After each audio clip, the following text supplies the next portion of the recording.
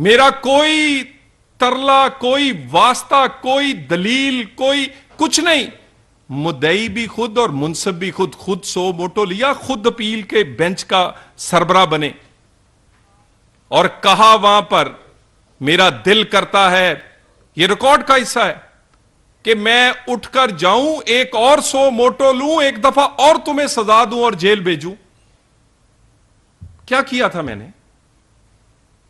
میرے سے سخت باتیں یا عدالتوں کے بارے میں کلمات کس نے ادا نہیں کیے؟ میں صرف نواز شریف سے وابستگی میرے لیے جرم بن گیا. اور آج وہی ثاقب نثار، خدا کی قدرت دیکھیں، مجھے تو 5 سال کی سزا ہوئی تھی نا، اس کی سزا اس دنیا میں بھی قائم ہے اور اس کی سزا آخرت میں بھی ہوگی. اور اس کا پیچھا یہ میرا قانونی حق بھی ہے، آئینی حق بھی ہے، سیاسی حق بھی ہے، دنیا میں بھی کروں گا اور اپنے ایمان کے مطابق آخرت میں بھی اس کا پیچھا کروں گا. یہ ثاقب نثار، خدا کی قدرت دیکھیں، آج بھی الحمدللہ میں پھر سیاست میں دوبارہ سے عملی سیاست میں آ سکتا ہوں.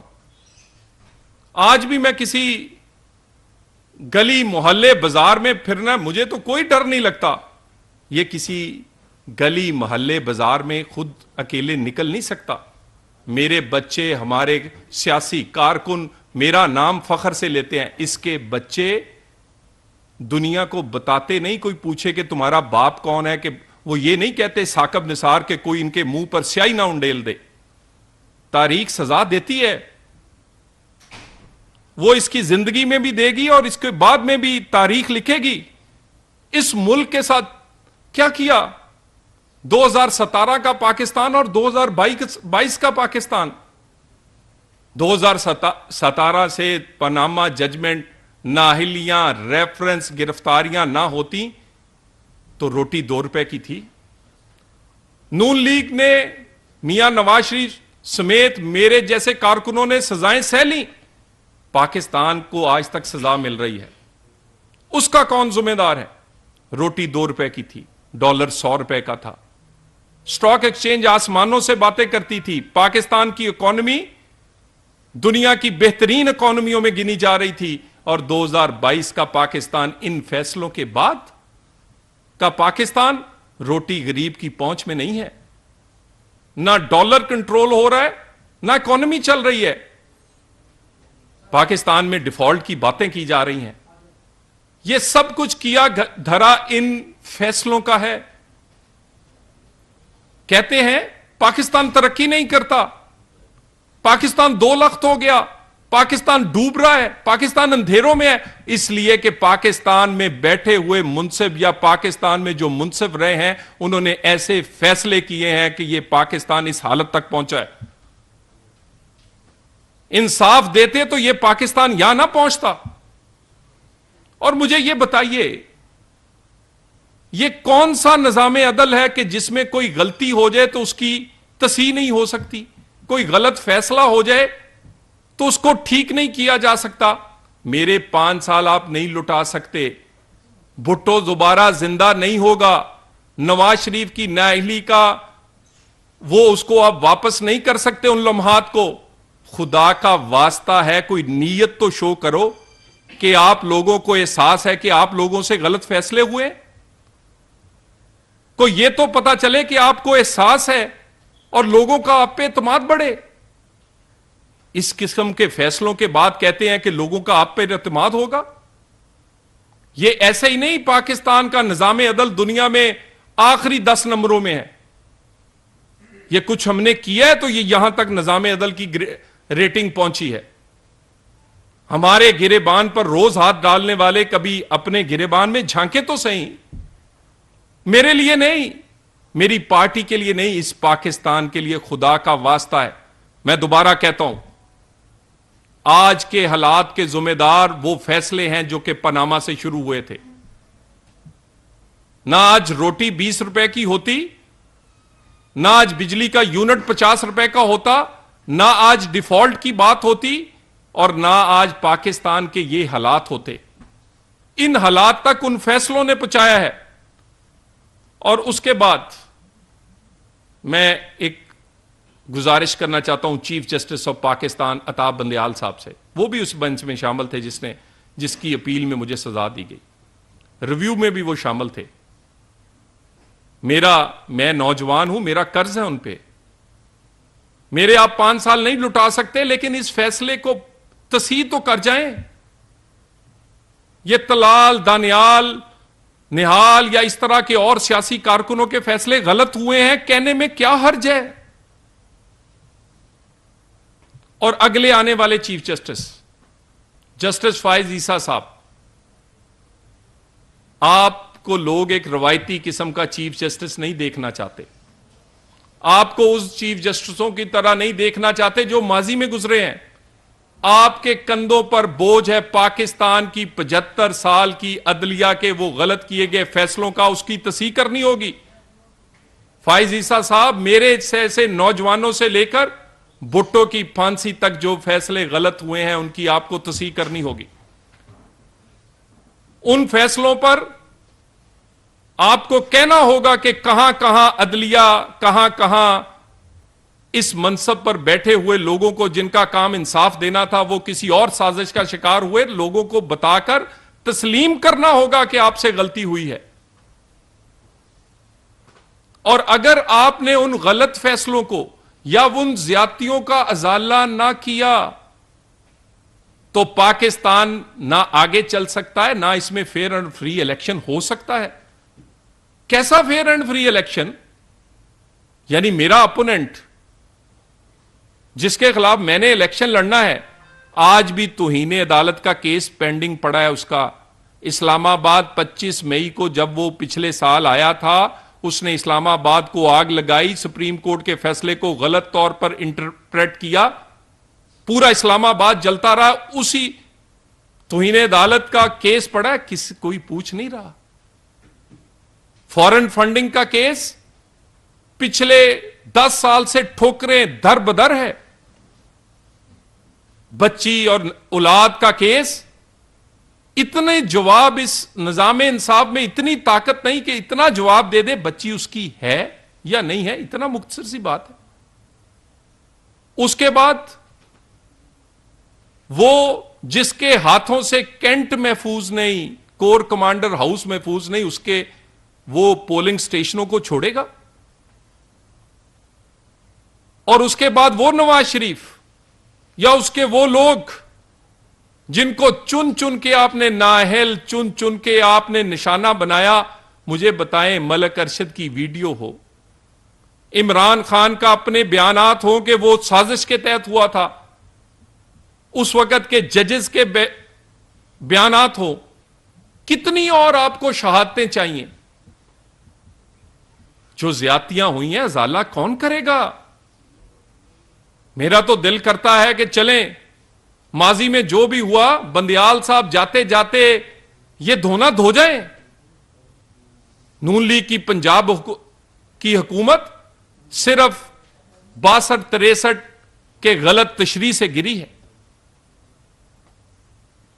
ہمارے کوئی ایک نہیں, کوئی دو نہیں, کئی اعتراض. آپ اگر کوئی غلطیاں ہوئی ہیں تو بڑے دل سے, آپ بڑے منصب پر بیٹھے ہیں, ان کی تسلیم کریں اور ان کو صحیح کر کے آگے اس پاکستان کو چلنے دیں.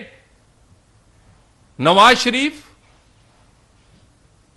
1996 سے لے کر 2023 27 سال میں اس کو ایک الیکشن لڑنے دیا ہے.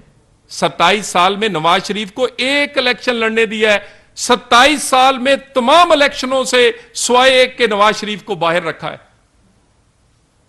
کبھی کسی آمر نے اور کبھی کسی عدالتی آمریت کے فیصلوں نے. یعنی نواز شریف 27 سال میں ایک الیکشن لڑ سکا ہے. 2002 کا الیکشن نہ لڑ سکا, 8 کا نہ لڑ سکا, 18 کا نہ لڑ سکا, 23 میں ابھی بھی نااہلی اس پر برقرار ہے. جرم کیا ہے؟ جرم کوئی بیٹے سے نہ تنخواہ لینے کے علاوہ کوئی ہے کوئی جرم؟ خدا کا واسطہ ہے, کہتے ہیں یہ ہمارے مخالف کہ ہمیں الیکشنوں سے باہر نکالا جا رہا ہے، اور ہمیں 27 سال میں آپ نے سوائے ایک الیکشن کے سارے الیکشنوں سے نواز شریف کو باہر رکھا ہے۔ ترازو کے دونوں پلڑے ایک جیسے کرنے پڑیں گے، نہیں تو پاکستان نہیں نکلے گا، نہ معاشی بحران سے نکلے گا، نہ سیاسی بحران سے نکلے گا، نہ اور بحرانوں سے نکلے گا۔ وہ کہتے ہیں جہاں انصاف ہو وہاں سب کچھ ٹھیک چلتا ہے، اور جہاں انصاف نہ ہو رہا ہو وہ ہستا بستا گھر بھی ہستا بستا نہیں رہتا، اجڑ جاتا ہے۔ اس کی ایک مثال پاکستان کی ہے۔ میں نے اپنے 5 سال الحمدللہ خدا کا شکر ہے میری ماں باپ اور میرے حلقے جڑاں کے لوگوں کی دعاؤں اور آپ کی دعاؤں کے ساتھ اللہ تعالیٰ نے مجھے ہمت، ثابت قدمی اور استقامت دی۔ 2 منٹ میں 2 دن میں لوگ پریس کانفرنسیں بھی کرتے رہے ہیں، روتے بھی رہے ہیں، بھاگتے بھی رہے ہیں۔ اللہ نے مجھے نہ ہم نے روئے ہیں نہ بھاگے ہیں، اور اپنے موقف پر میں آج 5 سال کی نااہلی کی سزا کاٹ کے بھی ادھر ہی کھڑا ہوں۔ اس جیل میں اس سزا میں صرف دیواریں نہیں تھیں، لیکن میری سیاست کو وہ جو دیواریں نظر نہیں آتی تھی ان کے اندر بند کر دیا گیا تھا۔ یہ کوئی چھوٹی سزا نہیں تھی۔ میں نے بیک ڈور سے جا کے ثاقب نثار کی منت نہیں کی یا اس کو نہیں کہا، میں اپنے موقف پر قائم رہا۔ اللہ کا شکر ہے۔ میں دوبارہ ایک دفعہ عدلیہ سے گزارش کرنا چاہتا ہوں، اس پاکستان کو اگر چلنے دینا ہے، اس پاکستان کو خوشحال دیکھنا چاہتے ہیں، اس پاکستان کو آگے بڑھتا دیکھنا چاہتے ہیں، تو سب کے ساتھ ایک جیسا سلوک کریں۔ اپنے جو غلط فیصلے ہوئے ہیں ان کا ازالہ کریں، جن کا ازالہ نہیں ہو سکتا کم از کم ان کا یہ تو تسلیم کریں کہ آپ سے غلطی ہوئی تھی۔ اس بات کا تو احساس لوگوں کو ہو کہ واقعی عدلیہ کو احساس ہے کہ ماضی میں ان سے غلطیاں ہوئی ہیں اور آئندہ وہ غلطی نہیں کرے گی۔ بہت شکریہ، بہت مہربانی۔ ایک بات کی ہے جو پہلی دفعہ کی ہے کہ ثاقب نثار صاحب نے آپ کو سزا سے 1 روز قبل پیغام بھجوایا کہ اگر آپ بیان دے دیں میاں نواز شریف کے خلاف اور مریم نواز کے خلاف کہ انہوں نے آپ سے یہ توہین عدالت کروائی ہے یا جو بھی ہے، تو یہ پیغام رساں کون تھا؟ براہ راست آپ سے بات کی گئی یا اس سے پہلے تو کبھی ویسے آپ نے یہ بات نہیں کی؟ میں اس میں یہ بات ایک شاہ زیب خانزادہ صاحب کے شو میں 1 سال پہلے کر چکا ہوں۔ میں نے اس وقت بھی کہا تھا کہ ایک جوڈیشل کمیشن بنائیں۔ میں کوئی یہ تو نہیں کہ مجھے اس بیان دینے کا اب کوئی فائدہ نہیں ہے، نہ میری اس سے سزا یا نہ ہی میرے 5 سال لوٹ آئیں گے۔ جو کچھ ہوا ہے اس کے بہت بہت ثبوت ہے۔ طلال صاحب یہ بتائیے گا کہ آپ نے کہا کہ مہنگائی پچھلی حکومتوں کی وجہ سے آئی ہے، حکومت کی وجہ سے آئی ہے، کیا آپ اپیل کرتے ہیں کہ اس جماعت کو جس نے سال 9 میں کیا اس کو بین کیا جائے، اس کے لیڈر کو بھی بین کیا جائے، الیکشن سے باہر رکھا جائے؟ اس طرح انہوں نے آپ کو 27 سال باہر رکھا۔ اور دوسرا، کیا انتخابات اپنے وقت پر ہوں گے یا نگران حکومت کا جو سیٹ اپ ہے وہ 1 سال یا 6 ماہ چلے گا؟ دیکھیں، انتخابات تو وقت پر ہی ہونے چاہیے، وہ اس میں تو کوئی 2 رائے نہیں ہے، مگر یہ فیصلہ اس کی تاریخ الیکشن کمیشن دے گا، اور میرے بعد میں ذمہ دار نہیں، ہماری حکومت نہیں، الیکشن کمیشن ذمہ دار ہوگا آنے والے انتخابات کو بر وقت کروانے کا۔ باقی رہی کہ میرے مخالف یا ہماری وہ جماعتیں کہ میں کسی کو میری خواہش ہے کہ بین کر دیا جائے، میری خواہش نہیں ہے۔ یہ پاکستان کا آئین کہتا ہے کہ بلوائی جو ہے وہ الیکشن نہیں لڑ سکتے۔ یہ پاکستان کے آئین میں لکھا ہے کہ مس ڈکلیریشنز آف ایسٹ پہ آپ نااہل ہوتے ہیں۔ یہ پاکستان کے آئین میں لکھا ہے کہ اگر آپ فورن فنڈنگ لیں تو آپ کی جماعت پاکستان میں سیاست نہیں کر سکتی۔ یہ میری یا میری خواہش پہ نہیں، بلکہ آئین کے مطابق فیصلہ یہ تو بہت دیر پہلے ہو جانے چاہیے تھے۔ فورن فنڈنگ کس کی ہے؟ ان کے اپنے سیاسی کارکن نے کیس کیا۔ بیٹی کا معاملہ تو بڑا سادہ ہے۔ توشہ خانہ میں اگر آپ نے گھڑیاں چوری کر کے بیچی ہیں تو یہاں پاکستان میں وہ لوگ بھی نااہل ہوئے ہیں جنہوں نے مسجد کے اکاؤنٹ جس میں 10,000 روپیہ تھا وہ شو نہیں کیا تو ان کو نااہل کر دیا گیا، اور کروڑوں کی گھڑیاں بیچ کے آپ نے اس کو نہ اپنے ایسٹس میں شو کیا ہے، نہ آپ نے چھپایا ہے، اور آپ کو پوچھنے والا کوئی نہیں.